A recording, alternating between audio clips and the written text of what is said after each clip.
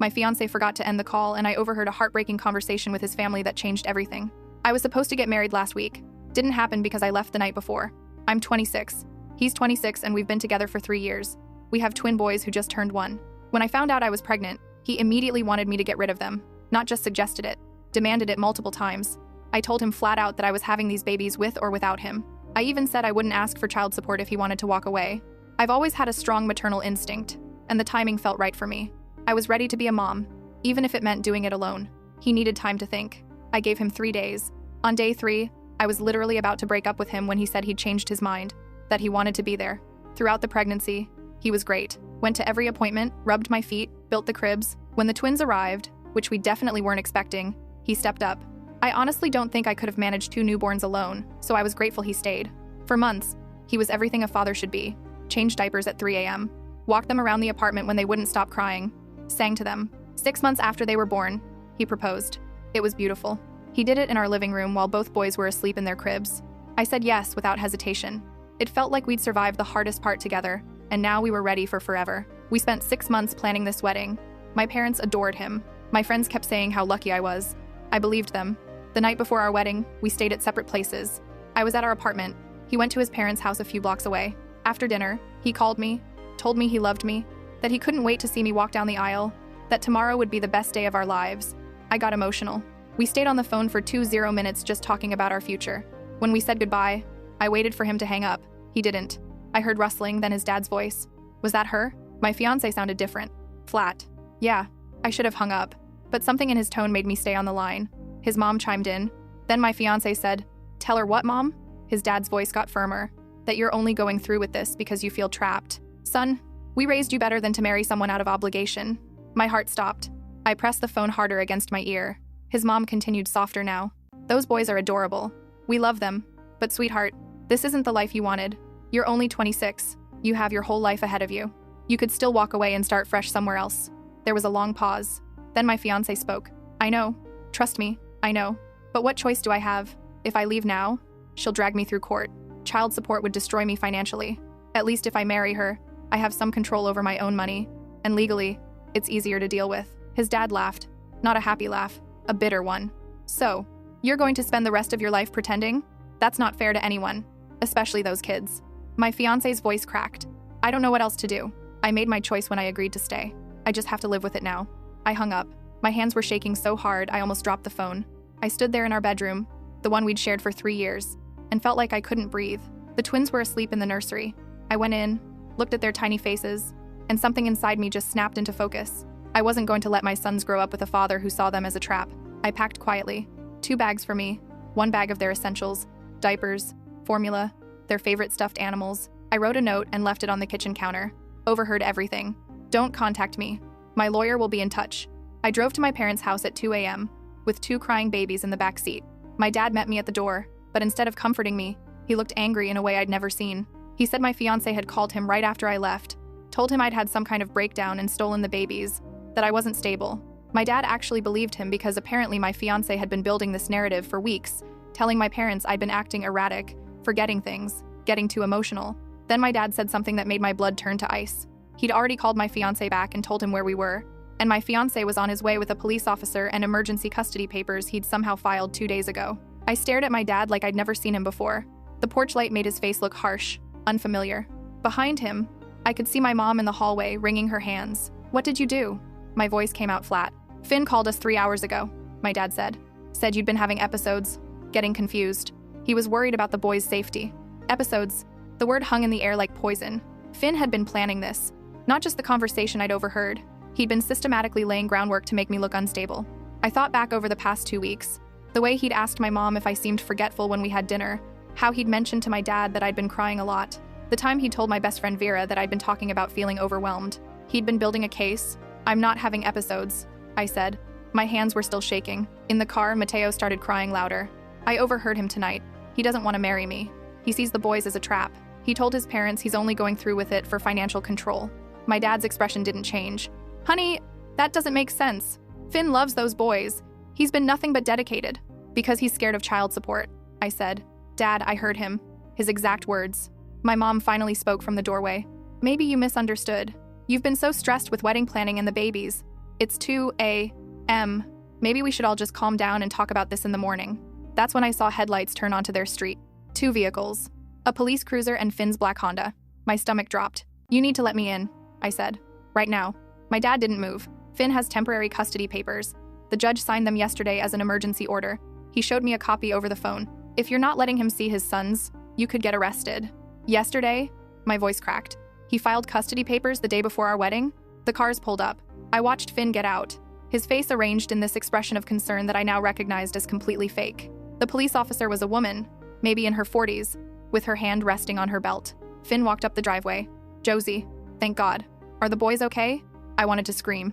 Instead, I said very clearly, don't come near me. The officer stepped forward. Ma'am, I'm Officer Alvarez. I need to see the children. They're in the car, I said. They're fine. They're with their mother. Mr. Brennan has emergency custody papers signed by Judge Northfield, Officer Alvarez said. Her voice was professional but not unkind. Can I see the babies? My dad was already walking toward my car. I watched him open the back door and start unbuckling Mateo's car seat. My mom got Silas. No, I said. No, you can't just take them. This is insane. He filed those papers as insurance before our wedding. He's not concerned about their safety. He's covering his ass. Josie's been under a lot of stress, Finn said to Officer Alvarez. His voice was so gentle, so concerned. She left without telling me where she was going. I woke up, and she was just gone with both boys. No note, no message. I've been terrified. I left a note, I said, on the kitchen counter. It said I overheard everything and my lawyer would be in touch. There was no note, Finn said. He looked at Officer Alvarez. I looked everywhere. He'd taken it. Of course he'd taken it. My dad carried Mateo up the driveway. My son was still crying, reaching for me. Something in my chest shattered. The custody order is temporary, Officer Alvarez said to me. It's just for 72 hours until there can be a full hearing. You're not losing your children. But right now, legally, Mr. Brennan has the right to take them. Based on what? I demanded. What evidence did he show the judge? Finn pulled out his phone. I have texts from her friends saying she's been overwhelmed. Voice messages from her mother expressing concern. I have documentation from her doctor about postpartum depression screening. My doctor.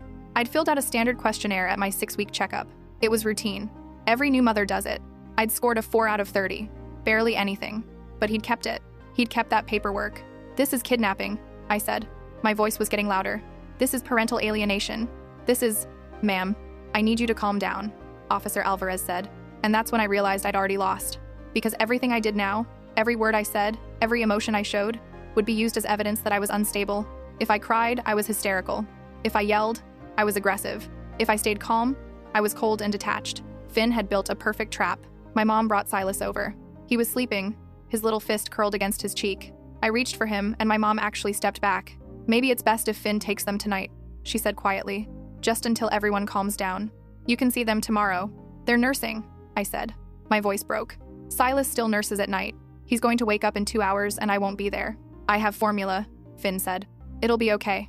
Officer Alvarez looked between us. I could see her making calculations, weighing risks. Young mother, middle of the night, high emotion, father with custody papers and police escort. Mr. Brennan, you can take the children, she said. Miss Harding, I strongly suggest you contact a family law attorney first thing in the morning. The hearing is scheduled for Monday at 10 a.m. at the county courthouse. Monday. Today was Friday. That meant 3 days without my babies.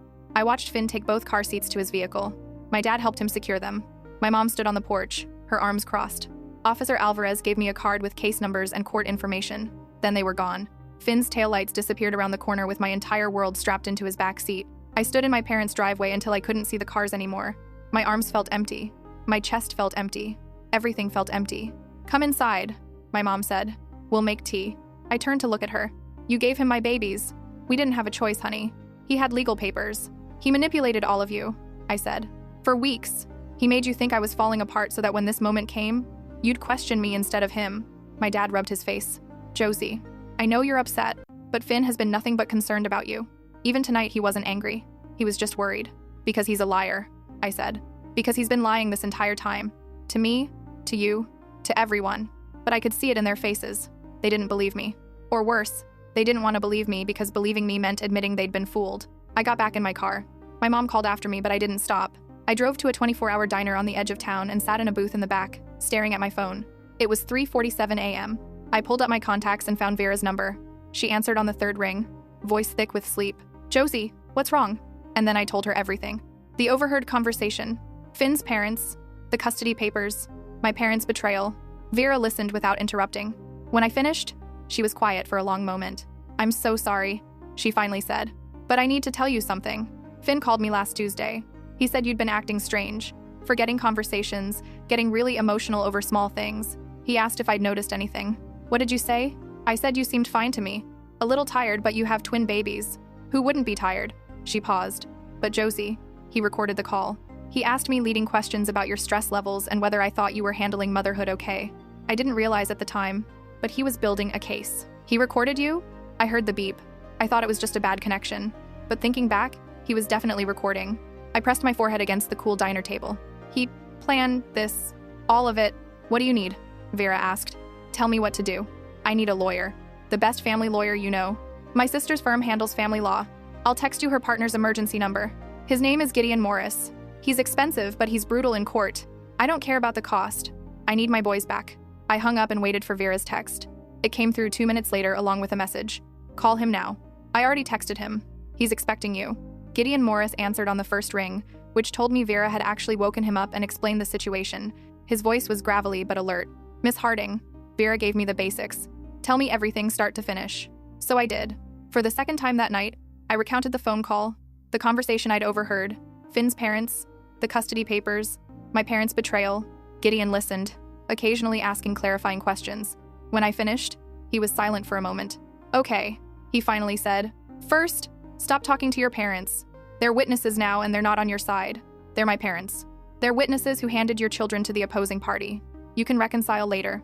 Right now you need to think strategically. My throat tightened. Okay. Second, I need you to write down everything you remember from that phone call. Exact quotes if possible. Time, duration, everything. Can you do that? Yes. Third, do you have any proof that Finn didn't want these children? Texts, emails, witnesses to conversations? I thought back. My best friend from college, Nina. She was there when I told Finn I was pregnant. She heard him demand I get an abortion. She heard me tell him I'd do it alone. Get me her contact information. Anyone else? My OBGYN, Dr. Reyes. Finn missed the first 3 appointments. She asked me if I had support at home. Good. I'll need her records. What about the pregnancy and first few months? Any evidence he wasn't involved? He wasn't at the anatomy scan. He missed the hospital tour. He didn't come to the first pediatrician appointment. I was remembering now. Things I'd dismissed as him being busy with work. He didn't sign up for the birthing class.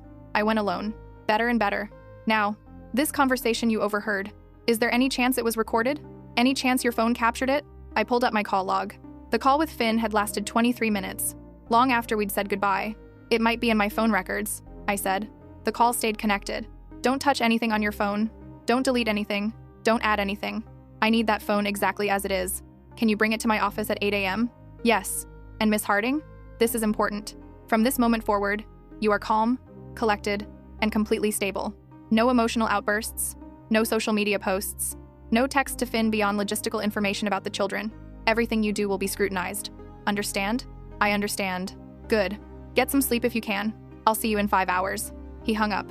I sat in that diner booth until the sun started rising, writing down every word I could remember from Finn's conversation with his parents. By the time I walked into Gideon Morris's office at 8 a.m., I had 4 single-spaced pages of documentation. His office was downtown in a brick building with his name on a brass plate. The receptionist, a woman with silver hair and sharp eyes, took one look at me and said, "You must be Josie. Go right in. He's expecting you." Gideon's office was all dark wood and law books. He was maybe 50, with gray at his temples and reading glasses perched on his nose. He gestured for me to sit. "Let's see what we have." I handed him my phone and the written documentation. He read through it slowly, occasionally making notes on a legal pad. "This is good," he said. "Very good. You have exact quotes, timestamps, context. Now, let's talk about the custody hearing on Monday." "I need to get them back before Monday," I said. "They're 1-year-old. They don't understand why I'm not there." "I know. But here's the reality. Finn has temporary custody papers signed by a judge. To overturn that, we need to prove he obtained them fraudulently or that they're not in the children's best interest. We have 3 days to build that case. So what do? We get affidavits. From Nina about his reaction to the pregnancy. From Dr. Reyes about his absence during prenatal care. From your pediatrician about his involvement, or lack thereof. In the first year, we subpoena your phone records to prove that calls stayed connected. We document everything he said to your parents and friends about your supposed instability. And we present it all to Judge Northfield on Monday morning. What if he's good to them this weekend? What if he plays the perfect dad? Then we show the judge that he's capable of playing a role when it suits him. That the man who demanded you abort these children suddenly became father of the year only after you made it clear you were having them with or without him. That he proposed not out of love, but out of financial calculation. That everything he's done has been strategic, not emotional. I nodded. My chest hurt. Can I see them? Before Monday? Gideon's expression softened slightly. The custody order doesn't prevent visitation, but I'd advise against it right now. Anything you do, any emotion you show, will be documented and used against you. Wait until Monday. Win the hearing. Then you'll have them back. 3 days had never seemed so long. I spent Friday gathering documentation. Nina sent me screenshots of texts from 3 years ago where she'd called Finn an asshole for demanding I abort. Dr. Reyes's office faxed over medical records, showing Finn had only attended 4 of 14 prenatal appointments. The pediatrician's records showed he'd missed 6 of the twins' first 8 checkups. Gideon filed an emergency motion to access my phone records. By Friday evening, we had proof that my call with Finn had remained connected for 17 minutes after we'd said goodbye. Saturday morning, Vera came over to the hotel where I was staying. I couldn't go back to the apartment. Everything there reminded me of the life I'd thought I was building. Your mom called me, Vera said. She wants to know if you're okay. What did you tell her? That she should have believed her daughter instead of a man she's known for 3 years. I almost smiled. She won't like that. I don't care what she likes. What she did was unforgivable. My phone buzzed. A text from Finn. The boys are doing great. Silas took a bottle, no problem. Mateo slept through the night. Just wanted you to know they're happy. That last sentence. They're happy. The implication was clear. They're happy without you. I showed Vera. Her jaw clenched. He's trying to provoke you. Don't respond. I want to tell him to go to hell. I know. But Gideon said no emotional responses. Just logistical information. I typed back, thank you for the update. I look forward to seeing them Monday. Polite. Neutral. It killed me. Sunday was worse. I woke up in the hotel room and for a split second forgot where I was. Then it all came crashing back. My babies were with a man who saw them as financial liabilities. My parents had chosen him over me. My wedding was supposed to be happening today. I checked my phone. 7 messages in our wedding group chat, mostly from my bridesmaids asking what was happening. My mom had posted, wedding is postponed. Josie and Finn need time to work through some things. Please respect their privacy. Work through some things. Like my fiancé had been planning to trap me in a loveless marriage for financial convenience. I left the group chat. Then I posted a single update on my Facebook. I won't be getting married today. To everyone who was planning to attend, I'm sorry for the confusion. The venue and vendors have been notified. Thank you for understanding. Within minutes, comments started pouring in. Are you okay? What happened? Is this about Finn? I turned off notifications and put my phone face down on the nightstand. Gideon called at 2 p.m. I have something you need to see. Can you come to my office? I was there in 20 minutes. He handed me a printed document. This is the affidavit Finn submitted to get the emergency custody order. I read through it, my hands shaking. According to Finn, I'd been exhibiting signs of postpartum psychosis. I'd been talking about disappearing with the children. I'd expressed paranoid delusions about him trying to control me. I'd stopped eating and sleeping. I'd been neglecting the twins' basic needs. Every single sentence was a lie. He committed perjury, I said. Yes, and we're going to prove it. Gideon pulled out another document. This is from your pediatrician. Both boys have been to every scheduled checkup, always clean, well-fed, and hitting developmental milestones. Their medical records directly contradict his claims of neglect. What about the postpartum psychosis? I pulled your medical records. You completed the Edinburgh Postnatal Depression Scale at your 6-week checkup and scored a 4 out of 30. That's within normal range. Your doctor noted no concerns. Finn took a routine screening and weaponized it. I looked up at him. We're going to win, aren't we? I think we have a very strong case. But Josie, you need to be prepared. Judge Northfield is old school. He doesn't like parental conflict. Even if we win, he might order shared custody or supervised visitation as a compromise. I don't want Finn anywhere near my boys. I understand. But legally, he's their father. Unless we can prove he's a danger to them, the court will prioritize his parental rights. He demanded I abort them 3 years ago, before they were born. The court will see that as ancient history, especially since he's been present for the past year, for strategic reasons, which we'll argue. But we need to be realistic about outcomes. Our best case scenario is you get primary custody with him having limited visitation. Worst case is 50/50 split. I closed my eyes. 50/50 meant my boys would spend half their lives with a man who resented their existence. Monday morning arrived like a death sentence. I dressed carefully, navy blue dress, minimal makeup, hair pulled back. Gideon had coached me on courtroom behavior. Sit up straight, don't react emotionally. Address the judge as your honor. Let me do the talking unless you're directly questioned. We arrived at the courthouse at 9:30. Finn was already there with his lawyer, a man in an expensive suit with slicked back hair. Finn looked tired, like he hadn't slept. Good. My parents were there too, sitting on his side of the courtroom. That hurt more than I expected. At 10:03, Judge Northfield entered. He was exactly as Gideon described, maybe 70. White hair, reading glasses on a chain around his neck. He looked at both parties with the expression of someone deeply tired of people's nonsense. This is an emergency custody hearing for case number 2024FC8871, Brennan versus Harding. Mr. Morris, you're representing Miss Harding? Yes, Your Honor. And Mr. Keating for Mr. Brennan? Yes, Your Honor. Let's proceed. Mr. Keating, your client filed for emergency custody on Thursday night. Walk me through your reasoning. Finn's lawyer stood. Your Honor, Mr. Brennan has serious concerns about Miss Harding's mental stability and her ability to safely care for the party's twin sons. She exhibited signs of postpartum psychosis, made statements about fleeing with the children, and on Friday morning at approximately 2 a.m., she did exactly that. She took both children without informing Mr. Brennan and drove to her parents' house in the middle of the night. Miss Harding, is this accurate? I stood. Your Honor, I left because Gideon touched my arm. Your Honor, if I may. Judge Northfield nodded. Your Honor, Miss Harding left because she discovered that Mr. Brennan has been planning to marry her not out of love or commitment, but as a financial strategy to avoid paying child support. She overheard a phone conversation in which Mr. Brennan told his parents, and I quote, "If I leave now, she'll drag me through court. Child support would destroy me financially. At least if I marry her, I have some control over my own money." The judge looked at Finn. Is this true? Finn's lawyer jumped in. Your Honor, Miss Harding claims to have overheard a conversation, but there's no evidence this conversation occurred. What we do have is documentation of concerning behavior, statements from witnesses about her instability, and medical records showing postpartum depression screening. Actually, Your Honor, we have proof. Gideon handed up a document. These are phone records from Miss Harding's carrier. On Thursday, November 14th, at 9:47 p.m., Mr. Brennan called Miss Harding. They spoke for 6 minutes. The call was not terminated. It remained connected for an additional 17 minutes. During that time, Miss Harding overheard Mr. Brennan's conversation with his parents. Judge Northfield studied the records. Mr. Brennan, did you have a conversation with your parents that night? Finn stood. I spoke to my parents, yes, but Miss Harding is mischaracterizing what was said. We were discussing normal pre-wedding nervousness. Were you or were you not discussing staying in this relationship primarily for financial reasons? Finn's face went red. I was expressing fears. That's not the same as... Answer the question. Did you tell your parents you were marrying Miss Harding to maintain financial control? Silence. Mr. Brennan? I was upset.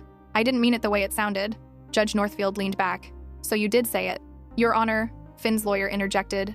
Even if Mr. Brennan expressed doubts about the marriage, that doesn't negate concerns about Miss Harding's mental health. Let's talk about those concerns. Mr. Morris, you have a response to the postpartum psychosis claims? Gideon handed up another document. Medical records from Miss Harding's OBGYN and the children's pediatrician. Miss Harding scored a 4 out of 30 on the Edinburgh Postnatal Depression Scale, well within normal range. Her doctor noted no concerns. The twins have attended every scheduled checkup, always clean, well-fed, and meeting developmental milestones. There is zero evidence of neglect or psychosis. What about the witnesses claiming she was unstable? The only witnesses Mr. Brennan provided were Miss Harding's parents, whom he called and primed with concerns about her mental health in the weeks leading up to this incident. We have an affidavit from Miss Harding's friend Vera Castellanos stating that Mr. Brennan called her asking leading questions about Miss Harding's stress levels while recording the conversation. Judge Northfield looked at Finn. You recorded a conversation with Miss Harding's friend without her knowledge? I was concerned, Finn said. I wanted documentation. You wanted to build a case. There's a difference. The judge flipped through more papers. What about Mr. Brennan's involvement with these children prior to this incident? Gideon was ready. According to medical records, Mr. Brennan attended only 4 of 14 prenatal appointments. He missed the anatomy scan, the hospital tour, and the first pediatrician visit. In the children's first year, he attended only 2 of 8 wellness checks. Mr. Brennan, why were you absent from so many medical appointments? I was working, providing for my family. Miss Harding also works, correct? Yes, but yet she attended every appointment. Help me understand why your employment prevented attendance but hers didn't. Finn had no answer. Judge Northfield removed his glasses. Here's what I'm seeing. A young couple with twins. A relationship that was clearly struggling before these children were born. And a young man who, by his own admission, stayed in this relationship partially for financial reasons. Mr. Brennan, did you want these children? The courtroom went silent. I was scared, Finn finally said. We were young. I wasn't ready. That's not what I asked. Did you want these children? Not at first, but I grew to love them. After Miss Harding made it clear she was having them regardless? Yes. And you proposed 6 months after their birth. Why? Finn looked at his lawyer. His lawyer nodded. I wanted us to be a family. Or you wanted to establish legal ties that would protect your financial interests. No answer. Judge Northfield put his glasses back on. Mr. Brennan, I'm dissolving the emergency custody order. The children will return to Miss Harding's care immediately. Finn's lawyer stood. Your Honor, we request visitation. I'm not finished. Mr. Brennan, You will have supervised visitation for 2 hours every Saturday until we can schedule a full custody hearing. That hearing will take place in 30 days. At that time, we'll establish a permanent custody arrangement. This court does not look kindly on perjury, Mr. Brennan. The claims in your affidavit have been contradicted by medical evidence and witness statements. If I find you've deliberately misled this court, there will be consequences. He banged his gavel. We're adjourned. I couldn't breathe. Gideon touched my shoulder. You did it. They're coming home. I turned around. Finn was staring at me with an expression I couldn't read. My parents stood up and walked out without looking at me. But none of that mattered because a bailiff was asking me to follow him to collect my sons. They were in a room down the hall, both in their car seats with a social worker watching them. Mateo saw me first and started crying, reaching for me. Then Silas. I unbuckled them both and held them so tight. They smelled like home, like everything that mattered. I've got you, I whispered. Mama's got you. I'm never letting go. The social worker smiled. They've been asking for you all morning. Asking. They were learning words now. Mama had been one of their first. Gideon appeared in the doorway. I've arranged for police escort back to your apartment. Finn has been ordered to stay away for 24 hours while you get resettled. After that, he can request his first supervised visit. Thank you, I said. It wasn't enough. He'd given me my children back. Thank you would never be enough. Don't thank me yet. We still have a custody battle ahead. But today, you won. I carried both boys out of that courthouse, walked past Finn, who was arguing with his lawyer, past my parents, who stood in the parking lot looking lost. Vera was waiting by my car. She'd brought car seats, toys, everything I'd left behind in my panic. She hugged me while I cried into her shoulder. You did it, she said. You actually did it. The drive home should have felt triumphant. Instead, it felt surreal, like I'd won a battle but the war was still ahead. Back at the apartment, everything was exactly as I'd left it. My wedding dress hanging on the closet door, centerpieces stacked in the corner, Finn's things scattered everywhere. I put the boys down for a nap and then just sat on the couch. 3 days. It had only been 3 days, but it felt like a lifetime. My phone buzzed. A text from my mom. We need to talk. I didn't respond. Another text, this time from my dad. You can't shut us out. We're your parents. I typed back. You gave my children to a man who told a judge I was psychotic. We're done talking. Then I blocked both their numbers. The next few weeks were a blur of legal meetings, custody negotiations, and supervised visits. Finn showed up every Saturday at 10 a.m., played with the boys for 2 hours while a court-appointed supervisor watched, and then left. He didn't try to talk to me. The supervisor said he was appropriate with the children, attentive and engaged, which made everything worse somehow, because it meant he was capable of being a good father. He just didn't want to be. The full custody hearing was scheduled for mid-December. Gideon warned me it would be rough. He'll try to paint you as vindictive, as someone who overheard one conversation and blew up her entire life over it. I didn't blow up my life. I protected my children from growing up with a father who resented them. That's what we'll argue. But be prepared for character attacks. He was right. At the December hearing, Finn's lawyer called my parents as witnesses. They both testified that I'd been erratic in the weeks before the wedding. Emotional, forgetful, stressed. Would you say Miss Harding was capable of making rational decisions during this time? His lawyer asked my mother. I don't know. My mom said. She didn't look at me. She wasn't herself. It took everything in me not to react. Then Finn took the stand. His lawyer walked him through the pregnancy, his initial fears, his eventual acceptance. I was scared, Finn said, his voice breaking. But I stepped up. I went to appointments. I built their nursery. I was there for every midnight feeding. I love those boys more than anything. And why do you think Miss Harding left? I think she misunderstood a private conversation with my parents. I was expressing pre-wedding nerves, the same nerves every groom has. She took it as proof I didn't want our family, when the truth is I was just scared of marriage, not fatherhood. Do you want to marry Miss Harding? I wanted to marry the woman I fell in love with. I don't know who she is anymore. It was a masterful performance. I watched the judge taking notes and couldn't tell what he was thinking. Then it was my turn. Gideon walked me through the timeline. The pregnancy, Finn's demands for abortion, his absence during prenatal care, the overheard conversation. Why didn't you confront him immediately? Gideon asked. Because I knew he'd deny it. I knew he'd twist it into me being emotional or irrational. So I documented everything and left. And in the 3 days your children were with Mr. Brennan, how did you feel? Like my heart had been ripped out, like every breath hurt. Those are my babies. I carried them. I birthed them. I've been their primary caregiver since day one. He wanted to get rid of them before they were even born. But he stayed, because I told him I'd do it without child support. And then, once they were here, he realized marriage was a better financial strategy than abandonment. Objection, Finn's lawyer stood. Speculation. Sustained. Let me rephrase, Gideon said. Miss Harding, in the conversation you overheard, what exact words did Mr. Brennan use? I took a breath. I'd memorized it. He said, if I leave now, she'll drag me through court. Child support would destroy me financially. At least if I marry her, I have some control over my own money. And legally, it's easier to deal with. Those were his exact words? Yes. And how did that make you feel? Like I'd been living with a stranger. Like every kiss, every I love you, every moment of our relationship had been a calculated lie. Judge Northfield interrupted. Miss Harding, Mr. Brennan has been consistent with supervised visitation. He's attended every session on time, engaged appropriately with the children. What would you like the custody arrangement to look like going forward? I looked at Finn. He stared back at me, expression unreadable.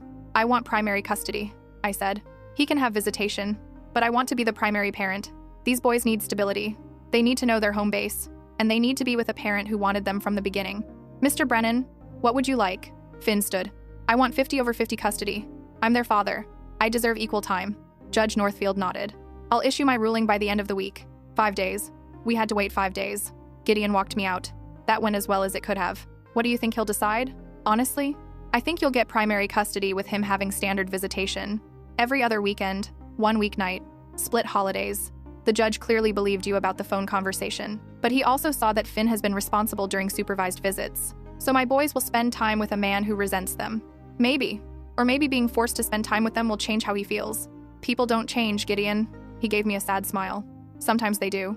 For their children's sake. The ruling came through on Thursday. Primary physical custody to me. Standard visitation for Finn. Every other weekend, Wednesday evenings, alternating holidays. No more supervised visits. I won. The first weekend, Finn took the boys. I paced my apartment like a caged animal. He picked them up Friday at 6 p.m. and wouldn't bring them back until Sunday at 6 p.m. 48 hours. Vera came over and forced me to watch movies. I didn't absorb a single minute. At 8 p.m., I texted Finn. Are they okay? He responded immediately. They're fine. Just finished dinner. About to do bath time. It was the most civil we'd been in months. Saturday morning. Mateo's running a slight fever. Gave him Tylenol. Monitoring. Saturday afternoon. Fever broke. Both boys napping. Sunday at 6 p.m. he brought them home. They ran to me, talking about the park and pancakes and something about a dog. Finn lingered in the doorway. They were great, he said. No problems. Thank you for the updates. He nodded. Started to leave, then stopped. Josie? I looked up. I'm sorry. For all of it. I know that doesn't fix anything, but I need you to know I'm sorry. Then he left before I could respond. That's been our routine for 6 months now. Civil exchanges, polite texts. He's never missed a pickup or drop off. Never missed a payment for child support. The boys are thriving, learning new words every day, running everywhere, eating everything. My parents tried to reconcile once. Showed up at my apartment with apology cookies.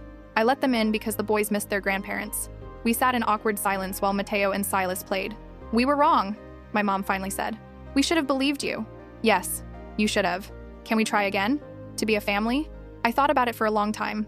Maybe eventually, but not now. You chose him over me when I needed you most. That's not something I can just forget.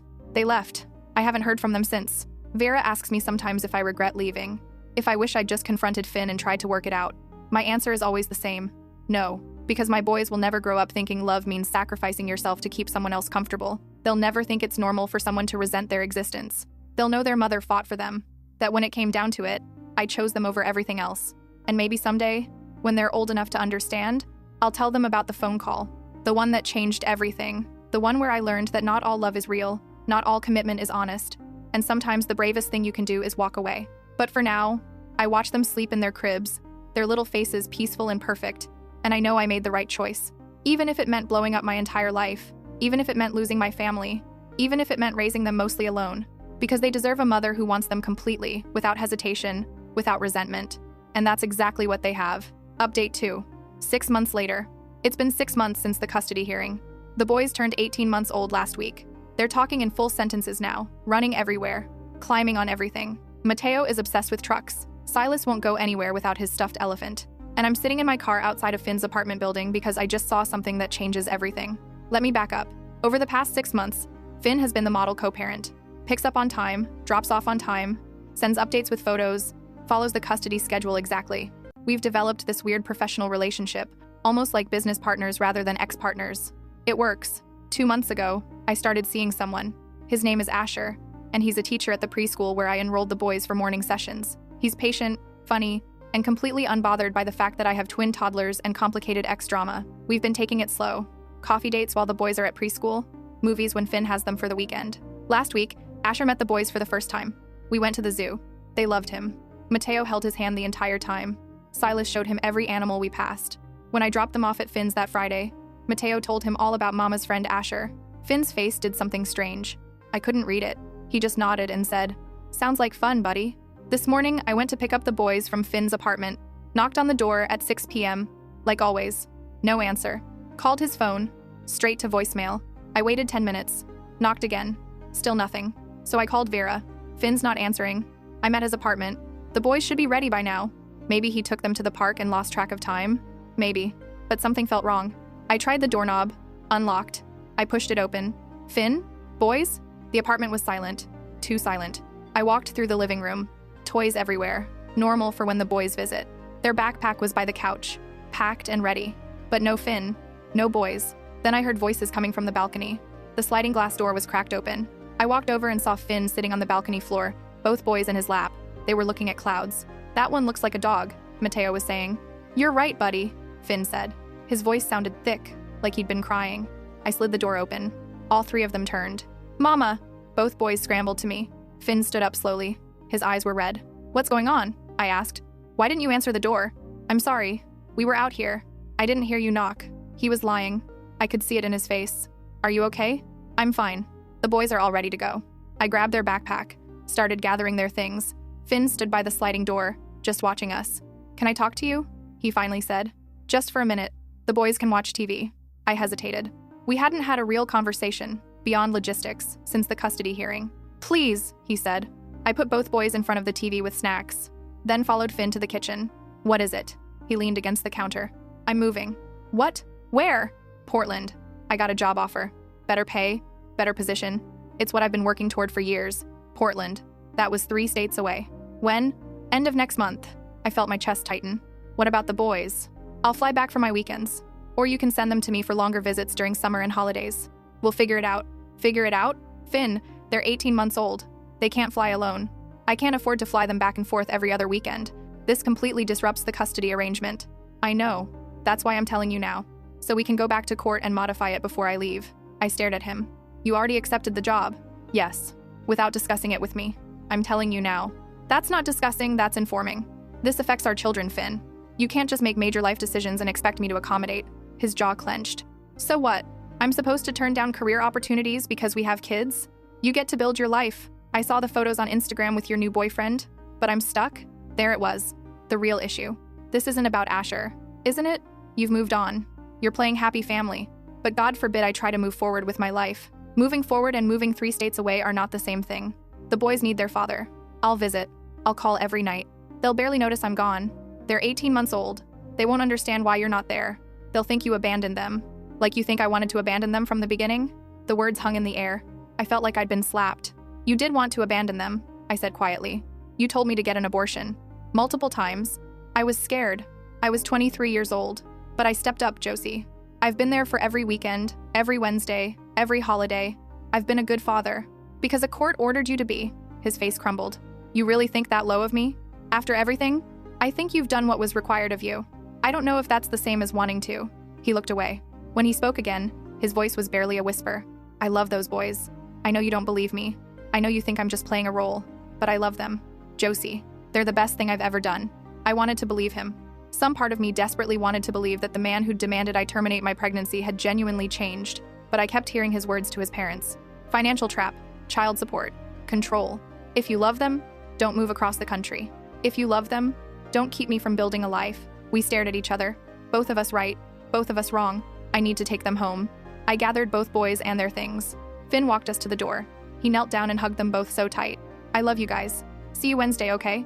"Okay, Daddy," Mateo said. Silas nodded. In the car, I couldn't think straight. 3 states away. Modified custody. Summers and holidays. I called Gideon as soon as I got home. He answered on the 3rd ring. "Josie." "What's wrong?" "Finn's moving to Portland. He wants to modify the custody arrangement." Gideon was quiet for a moment. "When is he moving?" "End of next month." "And he wants what exactly?" "He said he'll fly back for his weekends, or I can send the boys to him for longer visits. He wants to go back to court." "Okay. Here's the reality. He has a legal right to relocate for employment. The court won't prevent him from taking a job, but they can modify the custody arrangement to account for distance." "What does that mean?" "Usually, 1 extended visit during summer, alternating major holidays, maybe 1 weekend a month if he's willing to do the travel, plus video calls. That's barely any time. That's long-distance co-parenting. It's not ideal, but it's what happens when one parent relocates." "Can I stop him?" You can argue that the relocation isn't in the children's best interest, but unless you can prove he's doing it to avoid parenting responsibilities, the judge will probably allow it. He's doing it because I'm dating someone. Can you prove that? I thought about his words. I saw the photos on Instagram with your new boyfriend. Maybe. Then document everything. Every conversation, every text. If he makes any statements connecting the move to your personal life, we need that on record. I spent the rest of that night going through my phone.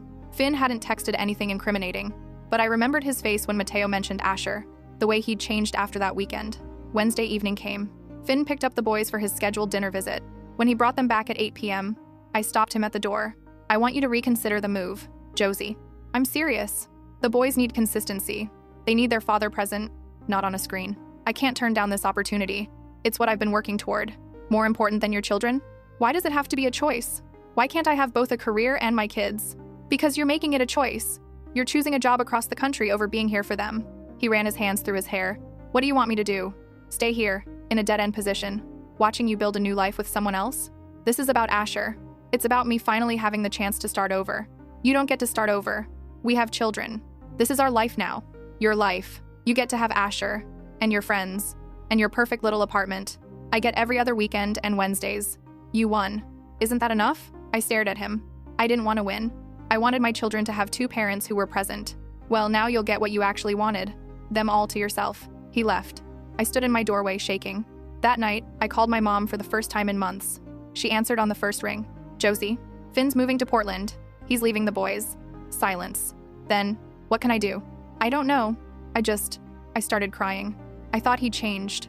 I thought he actually loved them. Maybe he does. Maybe he loves them and still can't stay. That's not love. Sometimes people make selfish choices even when they love someone. It doesn't mean the love isn't real. It just means they're human. I wanted to argue, but I was too tired. The court date was set for 3 weeks later. Gideon prepared a strong case. Finn's sporadic involvement during pregnancy, the overheard phone call, his minimal participation in the first year, and now this sudden relocation right after I started dating someone. We walked into that courtroom ready for war. Finn was there with his lawyer, Mr. Keating. He looked exhausted. Judge Northfield reviewed both motions. Mr. Brennan, you're requesting modification of the custody arrangement to accommodate a relocation to Portland, Oregon. Why Portland? Why Portland? I received a job offer, Your Honor. It's a significant promotion with a 40% salary increase. And you accepted without consulting with Miss Harding about the impact on your children? I informed her as soon as I accepted. That's not what I asked. Did you consult with her before accepting? Finn shifted. No, Your Honor. I didn't think I needed to. You share custody of twin toddlers. Every major life decision impacts them. You didn't think you needed to consult their mother? I have a right to pursue career opportunities. You do. But you also have responsibilities to your children. Help me understand why this opportunity couldn't wait until the boys are older and better able to handle long-distance visitation. Finn's lawyer stood. Your Honor, Mr. Brennan has been an exemplary co-parent for the past 9 months. He's never missed a visit, never failed to pay support, has maintained consistent involvement. He's not abandoning his children. He's simply relocating for employment while proposing a modified schedule that allows continued contact. Miss Harding, you oppose this relocation? Gideon stood. Yes, Your Honor. We believe this relocation is not about employment but about Mr. Brennan avoiding consistent parenting responsibilities. On what basis? Mr. Brennan only decided to relocate after learning Miss Harding had started dating someone new. He made statements to Miss Harding indicating jealousy and resentment over her moving on with her life. Judge Northfield looked at Finn. Is this accurate? I mentioned that she was dating someone, but that's not why I'm moving. This is purely a career decision. When did you start job hunting in Portland? Finn hesitated. About 2 months ago. And when did Miss Harding begin her new relationship? Another pause. Around the same time. Quite a coincidence. It wasn't because of that. I'd been unhappy here for a while. Unhappy because you have to co-parent every other weekend? Unhappy because my entire life here is a reminder of what I lost. The courtroom went quiet. Even his lawyer looked surprised by that admission. What did you lose, Mr. Brennan? Finn looked at me for the first time since we'd entered the courtroom. Her? I lost the woman I was supposed to marry because I said something stupid that I didn't mean. And now I have to watch her fall in love with someone else while I'm stuck being the part-time dad who sees his kids 4 days a month. You're not stuck. You have custody every other weekend and every Wednesday. That was court-ordered, yes. But you could have requested more time. You never did. Because I knew she wouldn't agree. Judge Northfield turned to me. Miss Harding, would you have agreed to a more balanced custody schedule if Mr. Brennan had requested it? I thought about it. Would I have? Or would I have fought to keep them mostly to myself? I don't know, I admitted. Why not? Because I didn't trust him. I still don't. He told his parents he was marrying me for financial reasons. That our children were a trap. I can't forget that. Have his actions since the custody hearing given you reason to distrust him? No, I admitted. He's been consistent. But consistency doesn't mean he wants to be there. Mr. Brennan, the judge said, do you want to be there? For your children? Finn's voice cracked. Yes. Then why are you moving to Portland? Because I can't do this anymore. I can't watch her build the life we were supposed to have. I can't keep showing up every Wednesday to an apartment that was supposed to be our home. I can't keep loving kids who won't remember me as anything more than the guy who picks them up sometimes. I felt something twist in my chest. You think they won't remember you? They're 18 months old. In a few years, I'll just be the voice on the phone. The guy they visit in summer. They'll call her boyfriend Dad and I'll be Finn. Judge Northfield leaned back in his chair. Here's what I'm going to do. Mr. Brennan, I'm denying your relocation request. Finn's face went white. However, I'm modifying the custody arrangement. You'll have the children 50% of the time. 1 week on, 1 week off. You wanted more time with your children? You've got it. Your Honor, Finn's lawyer started. I'm not finished. Both of you are going to attend co-parenting counseling. 6 months minimum. You're going to learn how to communicate without resentment, how to put your children first, and how to build a functional co-parenting relationship. If, after 6 months, you still want to relocate, Mr. Brennan, you can file a new motion and I'll reconsider. But right now, those boys need their father present. Not on a screen. Present. He banged his gavel. Court is adjourned. I sat there, stunned. 50-50 custody. My boys would be gone half the time. Gideon touched my arm. This isn't what we wanted, but it's not the worst outcome. He gets exactly what he asked for? How is that not the worst outcome? He didn't get to move. That's what matters. The boys stay in the same city as both parents. Everything else, we can work with. Finn and his lawyer left quickly. I sat in that courtroom for a long time after everyone else had gone. When I finally made it to my car, I called Asher. How did it go? He's staying, but he gets them half the time now. That's good, right? They need their dad. I don't know what they need anymore. I thought I was protecting them. Maybe I was just protecting myself. Josie, you're a good mom. The best. Whatever happens, those boys are lucky to have you. I wanted to believe him. The first week of the new custody arrangement started the following Monday. I dropped the boys off at Finn's apartment with their little suitcases full of clothes and toys and diapers. They ran to him like always, excited to show him a leaf Mateo had found. Finn looked at me. I'll send updates. Okay? And Josie? I'm sorry. For all of it. Me too. I left before I started crying. Drove home to an apartment that was too quiet. No little voices. No toys everywhere. No one needing me. Vera came over that night. You okay? I have to be. That's not the same as actually being okay. I curled up on the couch. Do you think I did the right thing? Fighting so hard to keep them from him? I think you did what any mother would do. You protected your kids. Or I punished him, I can't tell anymore. Maybe it was both. Maybe it had to be both. That week lasted forever. Finn sent photos every day. The boys at the park. The boys eating dinner. The boys in their pajamas ready for bed. On Thursday, he sent a video. Both boys saying goodnight to me through the phone. Night-night, mama, Silas said. Love you, Mateo added. I watched that video 20 times before I could sleep. Friday evening, Finn brought them home. They ran to me with stories about the zoo and ice cream and a dog they'd met at the park. Did you have fun with Daddy? So much fun, Mateo said. Daddy built us a big tower and we knocked it down. I looked at Finn. He was smiling. A real smile. Maybe the first genuine one I'd seen from him in months. Thank you, I said, for the updates. Of course. Same time next Friday? Yeah, same time. He left. I spent the weekend with my boys, soaking up every minute, knowing in 6 days I'd have to give them back. The co-parenting counseling started the next week. Finn and I sat in a small office with a therapist named Dr. Ramona Chen. She was maybe 40, with kind eyes and a no-nonsense demeanor. Tell me why you're here. We both started talking at once. She held up a hand. One at a time. Finn, you first. I feel like I've been punished for the past year, for being honest about my fears, for not being ready when we found out about the pregnancy. I've done everything right since then, but it doesn't matter.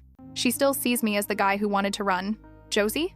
I overheard him tell his parents he was marrying me for financial reasons, that our children were a trap. Everything since then has felt like an act, like he's just going through the motions because a judge told him to. Dr. Chen nodded. So Finn, you feel unforgiven. Josie, you feel unable to trust. How do we move forward from here? Neither of us had an answer. We spent 6 sessions talking in circles. Finn insisting he'd changed. Me unable to believe him. Dr. Chen kept pushing us to find common ground. You both love these children, she said in our 7th session. That's not in dispute. What is in dispute is whether you believe each other loves them. Finn, you think Josie doesn't believe you're capable of genuine love for your sons? Josie, you think Finn is incapable of loving them the way they deserve. You're both wrong. How are we both wrong? I asked. Because love isn't binary. Finn can love those boys and still resent the circumstances that brought them into his life. Josie, you can love those boys and still struggle with the fear that you're not enough on your own. Both things can be true. I felt something crack open in my chest. I never said I wasn't enough. You didn't have to. Everything you've done has been about proving you can do this alone. But you don't have to do it alone. That's what co-parenting is. After that session, Finn and I sat in the parking lot for a long time. Do you really think I'm just going through the motions? He finally asked. I don't know. Sometimes you seem present. Other times, I see that look on your face, like you're calculating the cost of being there. I'm not calculating anything anymore. I'm just trying to be a good dad. Why? He looked at me. What do you mean, why? Why are you trying? You didn't want them. You could have walked away. Why didn't you? He was quiet for so long I thought he wouldn't answer. Because of you, he finally said. You were so certain, so fearless. You were going to have these babies with or without me, and I realized I didn't want to be the guy who walked away from that kind of love. I didn't love them yet, but I loved the way you loved them. And I thought maybe, if I stayed, I'd learn how to love them like that too. Tears were running down my face. Did you? Yeah, I did. It took time. But one night, when they were maybe 3 months old, Mateo was crying. You were asleep and completely exhausted. I picked him up and he just stopped, looked at me like I was his whole world. And I felt it. That overwhelming, terrifying, all-consuming love. It was like falling off a cliff. I'd do anything for these kids, Josie. Anything. I believed him. For the first time since the phone call, I actually believed him. I'm sorry, I whispered, for not giving you a chance to prove that. You were protecting them. I don't blame you. We sat in that parking lot until it got dark, just talking. About the boys, about our failures, about how we'd gotten here. When I finally drove home, I felt lighter somehow, like a weight I'd been carrying for 18 months had finally lifted. The co-parenting got easier after that. We started coordinating better, sharing funny stories about the boys, even having dinner together occasionally so they could see us getting along. Asher met Finn 3 months later. It was awkward at first, but they found common ground talking about football. He's good with them, Finn told me after Asher left. The boys really like him. Does that bother you? A little, but they love me too. There's room for both of us in their lives. 6 months after the court modification, we went back for our follow-up hearing. Dr. Chen submitted a report saying we'd made significant progress. Judge Northfield reviewed it and nodded. Mr. Brennan, do you still wish to relocate to Portland? Finn looked at me, then at the judge. No, Your Honor. I'm staying here. The job offer had been extended indefinitely. He could take it any time, but he wasn't going to. My kids need me here, he said, and I need them. Judge Northfield smiled, the first time I'd seen him smile. Good. Custody arrangement remains as modified. Dismissed. Walking out of that courthouse, Finn stopped me. I know I can't undo what I said that night, but I need you to know it was fear talking, not truth. These boys are not a trap. They're the best thing that's ever happened to me. I know, I said, and I meant it. 2 years later, the boys are 3.5. They split their time between Finn's apartment and mine. They have 2 birthday parties, 2 Christmases, 2 of everything. And they're thriving. Asher and I got married last spring. Small ceremony, just close friends and family. Finn was invited. He came, even gave a speech about how lucky the boys were to have so many people who loved them. My parents and I reconciled slowly. They see the boys regularly now, though things between us will never be quite the same. But here's what I learned. Love isn't always simple. Sometimes people make terrible choices and still love you. Sometimes fear looks like resentment. Sometimes the bravest thing you can do is forgive. Finn was a coward that night on the phone, but he's been brave every day since. And our boys have a father who chose to stay, chose to fight, chose to love them, even when it was hard. That phone call changed everything. But maybe, in the end, it changed everything for the better. Because now we're all exactly where we're supposed to be.